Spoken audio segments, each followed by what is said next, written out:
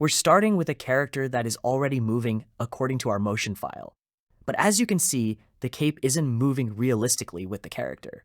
So we need to apply the right cloth and physics settings to make it behave naturally. And that's exactly what we're going to cover in today's tutorial.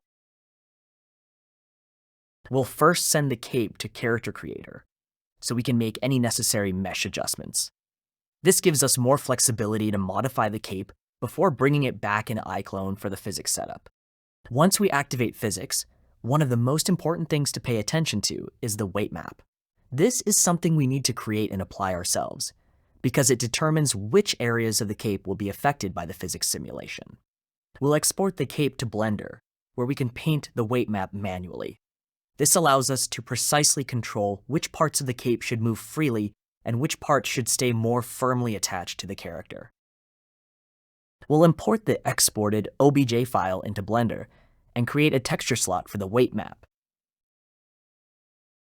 We'll use monochrome colors with a smooth gradient, so the transition between the attached and flexible areas is gradual.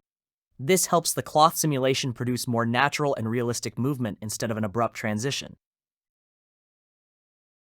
Then, using a suitable brush, we'll paint the mesh to define how the cloth will behave.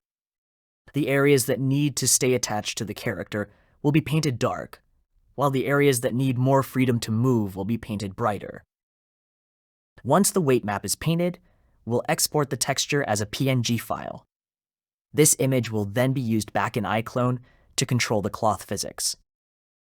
Now we'll import the weight map image back into Character Creator and apply it to the cape. Once that's done, we'll send the cape back to iClone, ready for the final cloth physics setup.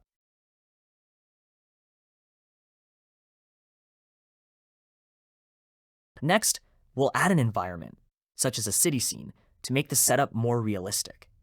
We'll also import additional characters so they can interact with our main character.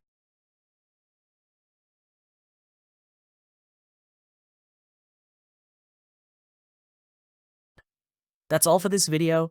Keep creating, keep experimenting, and I'll see you in the next one.